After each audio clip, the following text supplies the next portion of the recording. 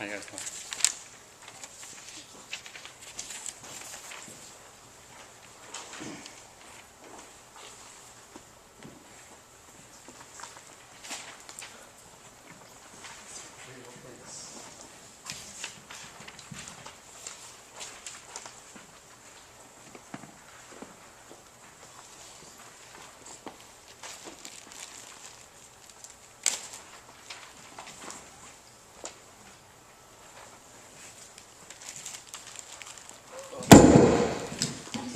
Everybody look over there.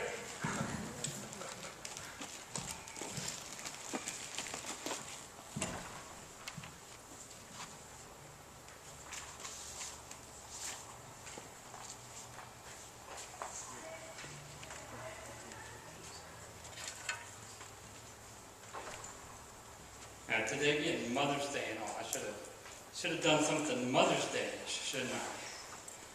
We only have one mother in here that I know of. But all of us have a mother, right? Anybody here haven't had a mother? Yeah, I didn't think so. All right, so love your mothers. All right, that's the end of that sermon. So I want to go on to Mark chapter 2.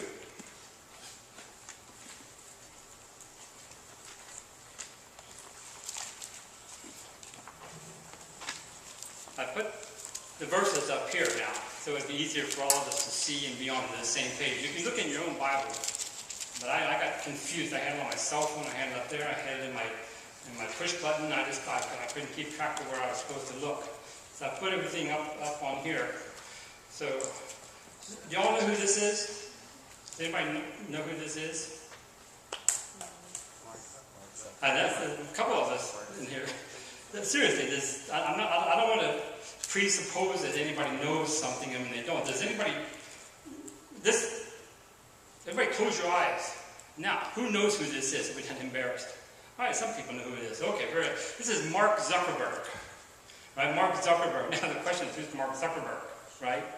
Mark Zuckerberg created Facebook. He's the creator of Facebook. He did it, it's been like 5 years ago, 4, 5, 6 years old. And he started off by creating some sort of an algorithm so all the fellas could vote on who they thought was the prettiest girl. And they did this in the Harvard room, and then it exploded, and then it turned into a voting kind of thing, and then exclusive club, and blah, blah, blah. And so, but this is Mark Zuckerberg, and 27 years old. His birthday's tomorrow. He'll be 28. So what, right? He didn't invite me. Exactly. I felt so sad. Well, the reason he didn't invite me is because he's in New York this week. No, that's not the reason, but he's in New York this week. So, Facebook has, gosh, what they say, 337 million shares of stock that they want to sell. So they created this company, and they took the company and they divided it up into 337 million little pieces. So holy cow, right? But that's what they did. And so they go to New York, and now they're going to start selling some of these 337 million pieces to people, thinking that if somebody will buy a piece of Facebook, then they can take that money and make all that money and grow Facebook even bigger. It's called IPO. It's called an initial public offering. And so up until now, Facebook is private. It belongs to him and a couple of buddies who put it together. But now they want to make it public. So you get a chance to own Facebook this week if you want to do that. Try. If you can buy a piece of it, buy a piece of it. People bought Google back when it was $60 or something like that. That was $500 something, $400 something. I know some friends who bought pieces of Apple. They bought it for $20 a share. Now it's up $600. So if you had bought Apple a long time ago, it'd be worth 30 times that much. If you just spend $1,000, you'd have $30,000. That's pretty cool. So that's the whole idea. So Mark Zuckerberg is in New York trying to find people who will give him money to buy part of his company that he created. And he hopes to raise about $13.5 billion. That's how much he wants to raise. $13.5 billion. It's a lot of zeros, like 9 zeros. I don't know how much that is. I don't make that much this week. A couple weeks maybe. So what you do is when you want to go to New York is you have to go courting. It's like dating. So he goes and he smiles and he says to people who have a lot of money, can I have some of your money and I'll give you part of my company. And he goes back and forth, and they go back and forth like that. They spend a whole week, 2 weeks about, and they call it a road show. You know, just get out there and you do clown stuff and whatever. It's just a whole process that goes on. And they're in the middle of doing this. Well, Zuckerberg showed up this week on Wall Street. Now, I've heard of Wall Street, right? Wall Street's where they manage all these, who's got how many shares and how much each one's worth. And they buy them and sell them. Sometimes they go up and down depending on how much money they made or didn't make, all that sort of thing. And so Mark Zuckerberg went to Wall Street this week and he created a ruckus. They got mad at him. Yeah, a 27-year-old kid on Wall Street. I mean, he's young enough, old enough to be the son of most of the people who have all the money they want to give away. And so he created a ruckus. Can you imagine what the ruckus was all about? Y'all know what a ruckus is? I mean, people got all up in it. They got all weirded out about it. What's something wrong with this boy? They call something. You know what it was? He was wearing a hoodie when he got there. That's it. He was wearing a hoodie. Now, if you're really bored, you can read the news all week, and they're yelling at him left and right just because he wore his hoodie to Wall Street. You didn't respect us. We expected you to wear suit and tie. This is the East Coast, and after all, this is how we dress, and blah, blah, blah. So if you're going to come here looking like that, I'm not sure I want to give you some of my money so that you can make me $1 million. That's exactly what they said. Mark Zuckerberg has more people on Facebook. There's only 2 countries in the world that have more people than he has following him. Right? China has 1.3 billion people. India has 1.2 billion people. Facebook has 900 million people. They don't all like him. That's all right. Everybody doesn't like the premier of China or the president of India. Who cares, right? He's got 900 million people at his disposal. And he's going to make some people a whole lot of money, and they're mad at him because he wore his hoodie. There's a disconnect there. There's a time warp. There's a time gap. There's an expectation fluctuation. I don't know. There's something hugely missing between what these guys expect from the traditions that they've always held to and what this young fella is bringing there. And they just kind of whacked each other, right? Criticize. I got the guy's name here. Pachter. Like, we don't care what his name is, right?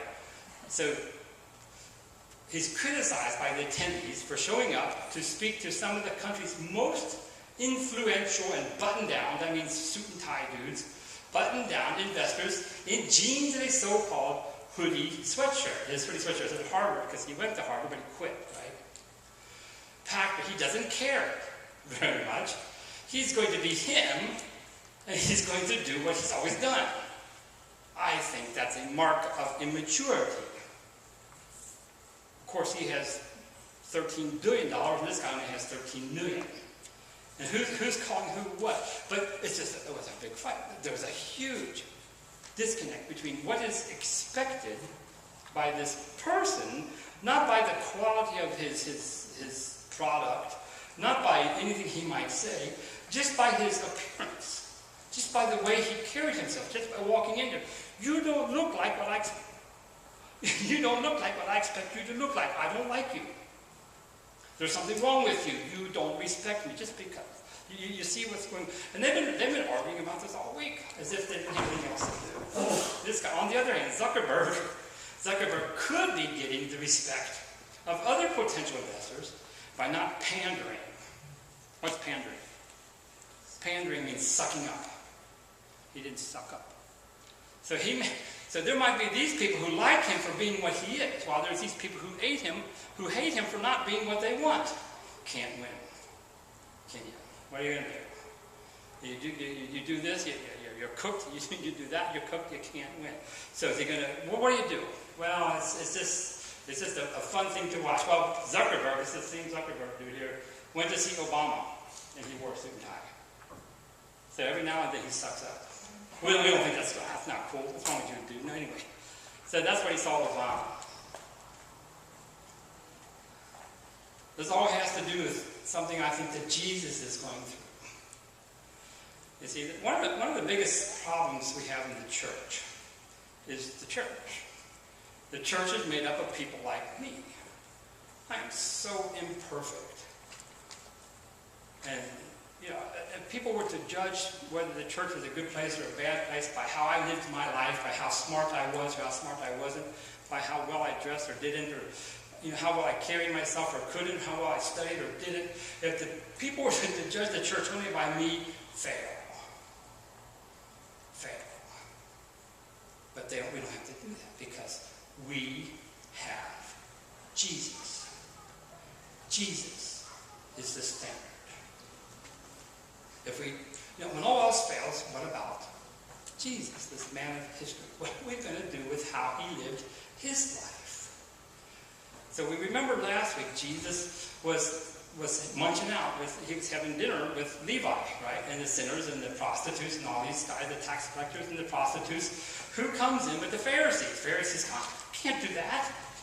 Well, we've never done that. You can't do that. You can't be eating with them. What's wrong with you? Your leader. You hate disciple dudes. Your leader. Look who he's hanging out with. There's something wrong with your dude there. There's something wrong. And so they hassled him. Jesus came back at him. What? It's not the sick who need a doctor. It's not the healthy who need a doctor. It's the sick. Jesus answered back to him. And so we wonder, were there other incidences where Jesus and the Pharisees butted heads? Kind of like Zuckerberg and the traditionalists. You would think, I don't want to call Zuckerberg Jesus. Don't ever think I would say such a thing as that. All right? But we have this idea of the traditionalists versus the newcomer. Right? So we got the Pharisees are deep into tradition, and Jesus showing up, not acting the way they were. And their first incident was when he hung out with Levi and the sinners and the tax collectors and the prostitutes and all these dudes. And we begin to wonder, were there other incidences? And Mark says there was. Now, John's disciples and the Pharisees were fasting. Imagine here, we got Peter telling the story, right? Peter's telling the story. Mark's trying to write it down and articulate it in such a way that we can see it actually happen. So there's John's disciples, and the Pharisees were fasting. Now they did that. We have that kind of day in the East. Every third day or every seventh day, they would not eat. They would fast. We fast every day, don't we? Yeah, every morning we break fast because we break the fast that we started the night before. Yeah, anyway, we fast every day. So the Pharisees and the disciples, they were fasting, and some people came and they were asking Jesus. Now, this is not an ask as an ED past tense. It's called durative. It means they carried on for some duration. They kept asking and asking and asking and asking Jesus. They were driving him nuts. They kept asking Jesus, how is it that John's disciples and the disciples of the Pharisees are fasting, but you are not? What's up with you, Jesus? We're supposed to fast now. And they kept on asking him. It wasn't they asked him once and he answered. And they kept on asking him, kept on asking him, kept on asking him, kept on asking him, until Jesus had to acknowledge that these guys had a question with how he was doing things. And Jesus answered. This should be an answer with an ing. He went to answering them. They kept pestering him with this question, so he tried to explain it to them. So there's an ing here. He's trying and trying and trying to explain to them, and it's not working. Why? Because these guys are dense. They don't even want to hear the answer. They just want to ask the question. So Jesus answers him. This is cool. How can the guests of the bridegroom fast while he is with them? They cannot, so long as they have him with them. What? So you guys are not fasting, and we are. What's up with that, Jesus? Well, the bridegroom, the guests of the bridegroom can't fast while the bridegroom's there, can they? And they all said, huh? Hey, seriously, what? I'm pretty sure Mark didn't know how to spell, huh? What's that got to do with anything? You see, if there's a bridegroom there and the guests are there, they have a feast, don't they? And remember, Jesus knows how to ask questions so that he gets the answer that he wants. We saw that a while back. We'll see it 3 times a day. Jesus knows how to answer the question so he gets back the answers he wants. So if the bridegroom's there, the guests are there, he's not going to fast, is he? No, he's not. So they're going to have to admit that if there's a bridegroom, if Jesus is the bridegroom, they're not even saying it. If there's a bridegroom, the guests are, they're not going to fast. We get it. There's a time when you might be supposed to fast, but you don't. Because it wouldn't make any sense, because there's a bridegroom there. Jesus came into conflict with these religious elements. Jesus came into conflict with these religious elements. These guys want this, Jesus wants to deliver that. There's a huge disconnect. Remember, Jesus asked questions, I do know how to spell such, S-U-C-H, that he knows what the answer will come. But the time will come, he says, when the bridegroom will be taken away. This is very obscure. This is very like, whoa, Jesus, just speak English, please, or no, just speak Greek or Hebrew, something we can understand. It's fun. Nobody ever talked to people the way Jesus did. This has never happened before. Remember, the Pharisees would say, the Pharisees say, and the rabbis would say, the rabbis said. Jesus spoke in this funny language, these little mini parables that they couldn't even quite figure out. What? Nobody did that before. Well, isn't that interesting? What kind of courage does it take for a man to say, well, I'm not going to do things the way everybody did it, and I'm going to do it this way? Jesus set that example. So while the bridegroom's taken away, he could be referring to when he's gone, but it doesn't say that, so we don't know that. But on that day, they will fast. This is weird. No one sews a patch of unshrunk cloth on an old garment. I was going to wear my raggy old pants this morning. I saw a girl last night at the Sweet Tomatoes. I mean, she had big holes in her legs. Holy Toledo. I've got pants that look like that, except she paid to have hers look like that. And mine actually are like that because I wear them too long. And I was going to wear a pair of those pants here today, but I was afraid somebody old in Korean with a necktie on would say, what's he doing in here? So I backed down. I was chicken. Should have done it anyway. So, unshrunk cloth. You got this patch of unshrunk cloth. If you got old pants, right? You got old pants. You don't put a new patch on you, right, Mom? You don't do that, would you? Why? I don't know how to sew. You don't know how to sew. You don't sew it. You don't sew the things on there. You iron them puppies on there. You got to stick them on the back of it. Anyway, good catch. You don't put something new on something old, because the new one will start to shrink after a long time, and then it rips the old thing apart. So we all get that new doesn't match with old, because the new will shrink and it'll rip the old thing. That's just how that works, right? So otherwise, the new piece will pull away from the old, making the tear worse. Right? And no one pours new wine into old wineskins, otherwise the wine will burst. See, when you've got an old wineskin, you pour wine in there, wine ferments. When it ferments, it expands. It's made out of leather. And so that leather pouch just kind of stretches and stretches and stretches until it gets to a certain limit, right? And this is going to blow up. So if you put new wine into old wineskins, there's no room to expand, right? It'll blow up that puppy. So otherwise, the wine will burst the skins, and both the wine and the wineskins will be ruined. No, they pour new wine into new wineskins. We get that. And that was it. Jesus said, that's it. And they all looked at him and said, does your pointer work? No, he said, there's a disconnect. There's a disconnect between Jesus and the establishment. Now, I can tell you what I think this means, and I can tell you what Jesus was probably trying to say, but I don't want to, because I don't know. I mean, maybe I know, but the point here, the point of Mark, what Mark wants to say here is just simply this. There's a disconnect between what the Pharisees and the establishment expected and what Jesus was delivering. It didn't match. Whoa, something's weird here. And something's out of kilter. Something's wrong. That's it. That's the only lesson that we know for clear out of Mark chapter 2 in this section. And then there was another Sabbath day. See, this is one Sabbath day Jesus was going.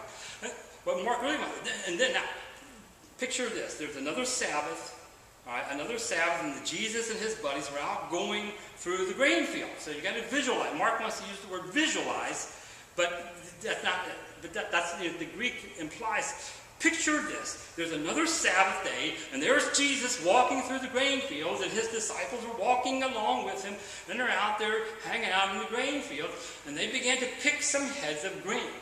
Now, I'm not a grain picker, so I'm not really sure what goes on here, but apparently the grain grows up, and they start, the stalks start to lean. They're going to live, they're going to try to because the grain gets heavy on the top of it. And so they can rip that puppy off and grind it all up, and then they separate the ugly part from the part that's edible, and they can eat it. That's how you do it. You just rip the grain off the top of a head stalk of wheat, and then you can grind that out, get rid of the ugly part, and eat that stuff. So that's what they were doing. The guys were hungry, right? The Pharisees, here's a good question you got to ask, but Mark doesn't tell us. What are they doing out there?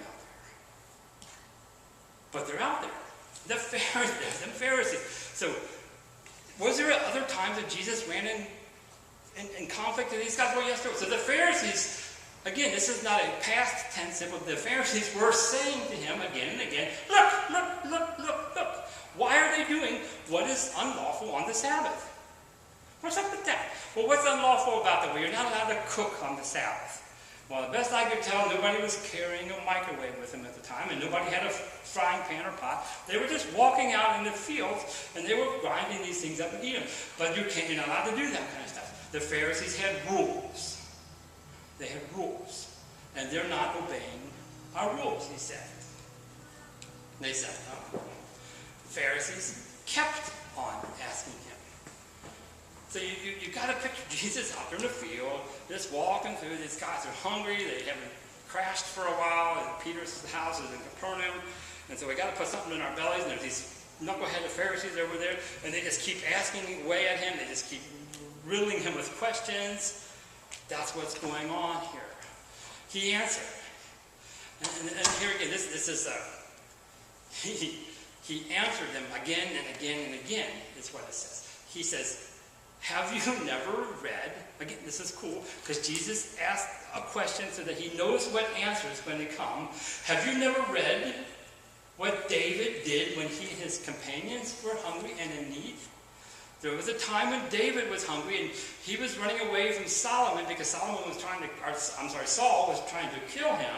Did you ever read about that? Well, of course we read it. Of course we know what it says. Right? So Jesus gets the answer out of them that he wants. When they were hungry and in need, see, he asked, back up. Jesus asks questions that he knows what the answer will come. I'll say this one more time. You already know it's coming. In the days of Abiathar, the high priest, he entered the house of God, and he ate the consecrated blood. They were trying to escape. They came upon a temple. And so on Friday, they would cook up this bread because on the Sabbath day, they weren't allowed to cook. So they made it up in advance so that it would be ready for them on Saturday. Well, David and his buddies came in and they ate the holy bread. That'd be like sneaking into the back room here and eating the communion wafers. Except it doesn't really matter here. But in the Catholic Church, it would matter because they get prayed over. They pray over them things. And the communion wafers actually become the body of Jesus. See, that was one of the divisive factors between Martin Luther and the Catholic Church. The Catholic Church thought that the little pieces of bread really, really became the flesh of Jesus. There was a miracle every time they prayed over it, and the blood, the juice actually became blood. Blood. That's what the Catholic Church, Martin Luther said, are you crazy? That's not what's happened. And so they divided. That's one of the big dividing factors. So if you snuck into a Catholic church and stole the bread and the juice, you would be stealing the holy stuff. You see, that's kind of how they felt here. So Jesus said, you ever read about when David did that? His buddies, he was a king. He was the king and he was hungry. And he also gave some to his companions. David gave some of his friends. See, Jesus appeals to the scriptures to make his point. So the Pharisees said, well, you can't do that. And Jesus says, what does the Bible say? this might be one of the most important lessons we could ever learn. When somebody confronts you, when somebody challenges you, when somebody beats on you, when somebody digs into you, counter back with, well, what does the Bible say? Does the Bible have anything to say about this? Well, it did, you see. Jesus said to them, the Sabbath was made for man, not man for the Sabbath. There are rules on the Sabbath, but if the rules become really stupid, such that the men suffer for obeying those rules, there's something wrong with that picture. So the Son of Man is even Lord. The Son of Man is Lord even of the Sabbath. Now, therefore, who's the Son of Man? Well, Jesus is going to make that clear to them at some point that he's the Son of Man. But what Jesus is saying here is the Son of Man is Lord. The Son of Man is dude. You see, the Sabbath rules were made for people. People, not for rules. Has anybody here ever made a stupid rule before? I've done that. This happens that my older boy here, Benjamin, you've met him, and the other one here, Micah, he just wandered out for some reason. When Benjamin was a little peanut, and we lived in Japan at the time, I made a rule. I want him to grow up to be bilingual, bicultural. I want him to be able to speak both languages. So I decided that, Benjamin, you will have to speak English to me, absolutely no matter what. I'm going to talk to you in English. We're in Japan. I'm going to talk to you in English. You have to talk back to me in English. You can talk to your mom in Japanese. You can do everything else in Japanese. But when you talk to me, you have to speak in English. I'm going to talk back to you. Makes sense, doesn't it? Sounds a pretty good rule. He went to school. He's in the first grade. Most nights, not every night, when they were little, most nights I would read books to him in English, right? And Benjamin says, Papa, I want to tell you something. So, okay. Something happened in school today. I said, okay. He said, but I don't know how to say in English. I said, well, Benjamin, if you don't tell me in English, then we can't talk. He said, okay, we won't talk. Bad rule. Bad rule. Change the rule. Done with that rule. Done. You see, you get it right. The rule was a great rule until it wasn't any good anymore.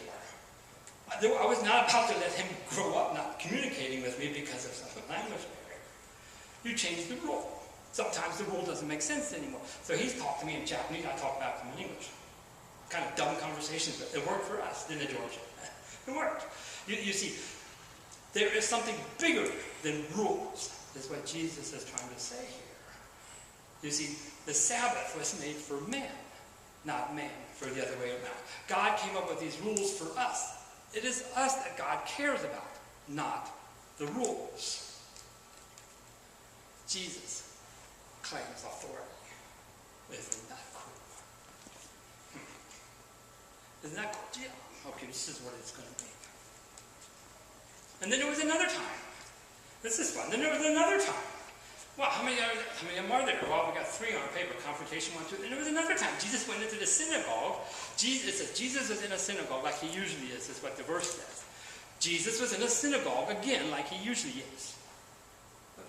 And so when people were worshiping at the time, Jesus was there.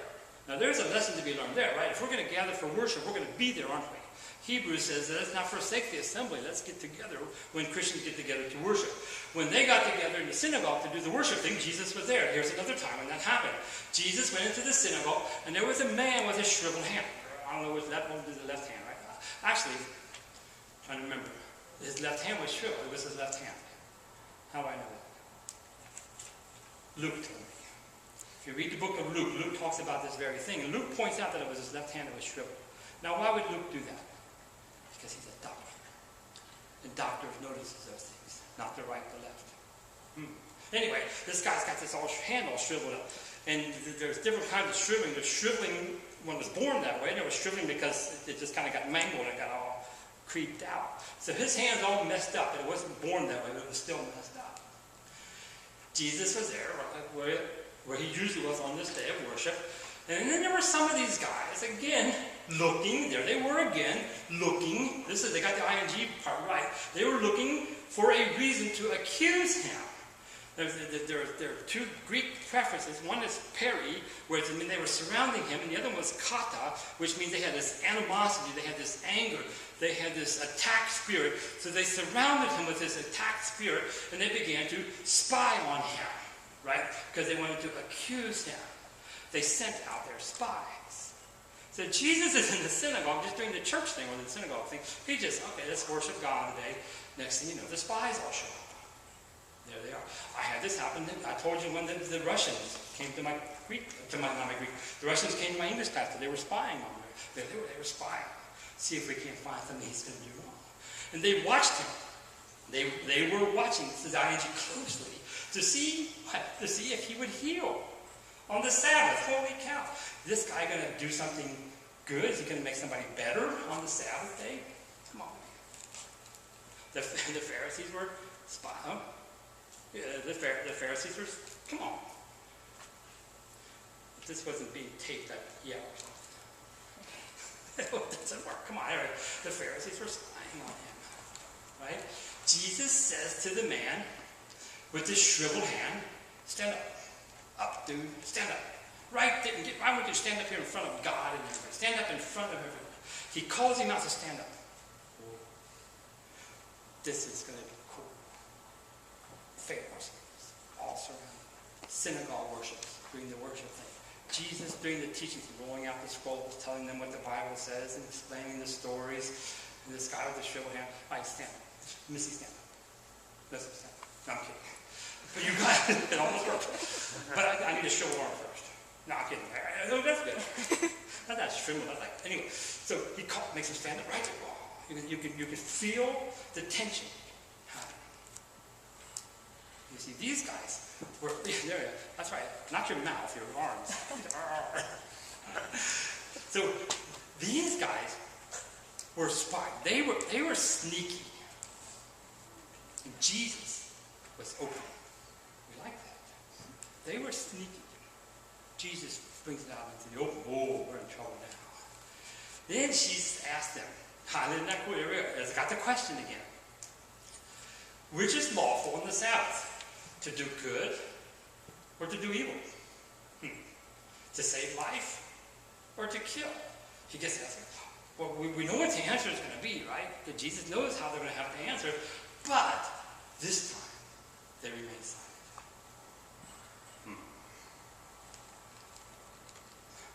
Jesus asks questions so that he knows what the answer will come. The Pharisees, they separated theory from practice. Well, in theory, blah, blah, blah, blah. They never considered the practical. How does the theory? Well, we have these rules about fasting. We have these rules about washing cups. We have these rules about painting or whitewashing tombs. We have all these rules about how we should weigh out and who should give what percentage. And we have all these rules. And this is the theory behind that. But they never considered how it worked practically.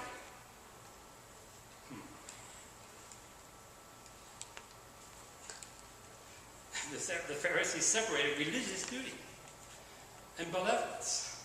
Well, it was our religious priorities. You know, our religion said we should show up in the synagogue and we should open up this and we should prepare our pots and pans as such. But as far as benevolence, the widows and the orphans, remember James? Pure religion is to care for widows and orphans. The Pharisees never went into the benevolence. So we are religious. But how does that play out? They never thought of that. They separated the divine. Well, God is God. He's almighty. He's creator of the heavens and the earth. And humans, well, God is God. He's the creator of the heavens and the earth. And humans, well, God is God and he's the almighty. You see, they separated. They considered the divine, but they never dwelt on humans and how that would play out, right? Jesus takes the whole argument and puts it on a completely different plane. So they're thinking theory and duty and divinity. And Jesus says, well, let's not talk about that. Let's go over here and talk about, is it good or bad to be human? Well, isn't that interesting? You see, the Pharisees had never been asked before, well, is it good or bad? Now what are we going to do? This is tremendous. We have Jesus doing something that nobody's ever done before to people who were steeped in tradition. These Pharisees had been doing things ever since 1400. They've been doing it about 1500 years. You know, when Moses came down off the mountains and established the Levites and how everything would be built and who would be the priest and blah, blah. So they've been steeped in this tradition. And Jesus takes all of that, sets it aside, but have you considered this? And they don't know what to do with it. Oh, what do we do? What do we do? Is it good? Whoa, what a Jesus we have here. We ask ourselves. See, to them it was all theoretical, and Jesus is asking, is it ethical? Okay, we have rules, and those rules make sense sometimes, but what about morality?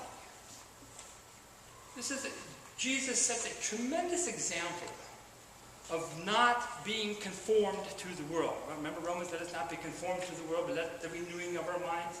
Jesus sets that example. He's showing us how to do that. They could have insisted. He could have been overwhelmed. He could have been like the button-tied suits, and they said, take off your hoodie and put this on. No. Jesus sets the example of non-conformity when it comes to good and bad. He looked around at them in anger. Anybody here ever get mad? Well, yeah. People can't drive. I'm the only one who knows how. No. He looked around at them. Looked around. It's called a sweep. It goes like this. He makes sure he catches everybody's eyes, because he wants everybody to know that he's talking to them. He doesn't let anybody's eyes escape. He looks around until he catches every single one of them in the eyes. Deep distress, anger. There are three kinds of anger in the Greek. There's the anger that's, okay, that's enough of that. And then there's a kind of anger where, things aren't right, and I'm going to fix it. I can't stand the way people are treating them, and I'm going to do something about this injustice here. This is righteousness that battles injustice. And then there's anger that says, I just don't like you, and I'm mad, I will whap you. That's a selfish kind of anger that doesn't get its way all the time. So there's a momentary anger, there's an anger against injustice, and there's an anger that results in sin. Those are the three kinds of anger. This is the second kind. Jesus looks around. They're different Greek words, right? He looks at them in anger, and he's deeply distressed. This is funny. How often do we get to look at the person of Jesus? In his heart, there's this, what in the world have I created here? Why have these people turned out this way? It just digs it. It just eats at his distress. And their stubborn hearts, stubbornness is callous, is hardening. And this is an ing word. They're stubborning. They're callous, growing hearts. As he sees them sitting there looking at him with their spy eyes, he can see their hearts hardening more and more and more. Imagine looking at somebody's heart and seeing it turn into rock. That's what Jesus is seeing going on here.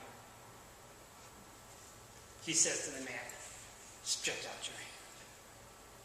Stretch out your hand. He stretches it out. His hand is completely restored. And then he took his button and went, then the Pharisees went out. Began to plot with the Herodians. See, the Herodians, the Pharisees hated the Herodians hated everybody, and everybody hated them. But these two groups got together, and they said, well, we're going to have to figure out what to do with Jesus. We're going to have to kill this dude off. He's making things a mess. This is what I like. The man's arm was stretched out. The Pharisees went out. It was as if Jesus was pushing them out. Isn't that cool? Look at this man with his shriveled hand. And his hand straightens out. The Pharisees start walking out because Jesus, by his miraculous power, could push them out. Who's in control? Who's in control? Jesus. He's in control from the moment he walked in there to the questions he asked to the results that he got. I want to be like Jesus. All right, I've got some, what kind of Jesus? Here we go. What kind of Jesus? New. Fresh. Non-conforming. We've got a brand new Jesus here. Non-conforming. Has anybody here ever felt like they had to be like everybody else when they really didn't want to? Yeah, I don't know. Maybe you haven't. Maybe you haven't. If you ever do, if you ever haven't, you will. Just remember, it didn't matter to Jesus. Enigmatic. Enigmatic. This is, That's exactly what that means. I'm not quite sure. Right? It's something there, but I'm not quite sure what it is. It's cool, but I can't put my finger on it. Jesus was not that way. He was. How do I put my finger on this kind of a person?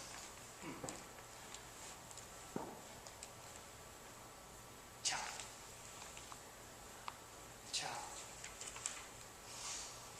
Walker. I don't know what that. I just thought of that. Jesus, he's a walker. Anybody ever take your car everywhere they go? Get out of your car and walk. So what are you doing that for? Be like Jesus.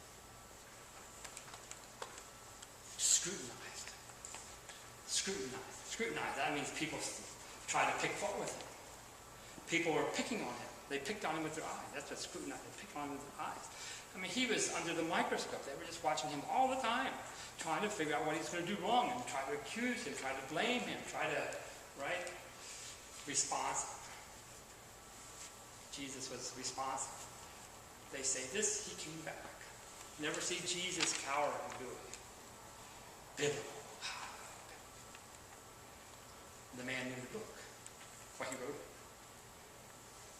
I've written stuff, I can't remember what I wrote. Been there, done that.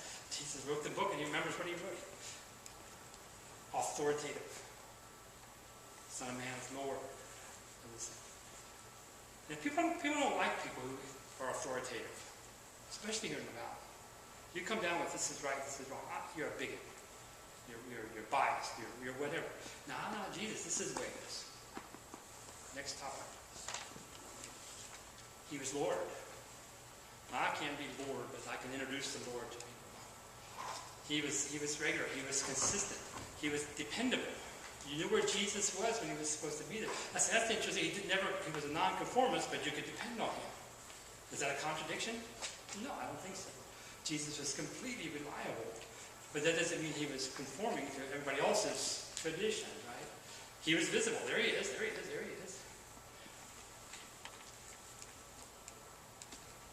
Commanding.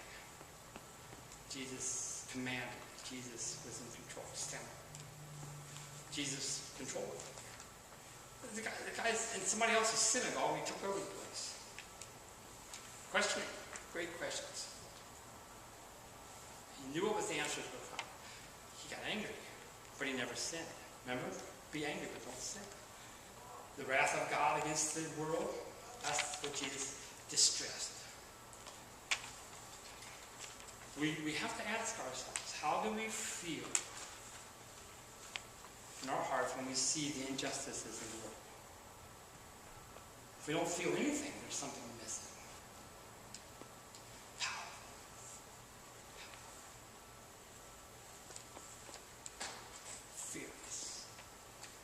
Fearless. Jesus was fearless. Unshakable. Was that part of the song? Uncomparable. Did we have unshakable in there? If it's not, we need to add it. Cool. Jesus was cool.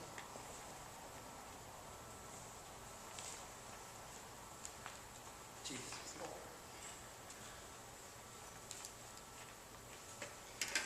There's a message from God here as well. Be like Bill. No. Be like Mike. The message from God this morning is be like Jesus. There's a place on your paper, right in there. Write something in there. I resolve this week to be like Jesus in this way. Choose one. Go to work on it. Ask a friend to check on you in the middle of the week. I want to be cool. Let's pray. We love you, God. We love you very, very, very much. We thank you for Jesus.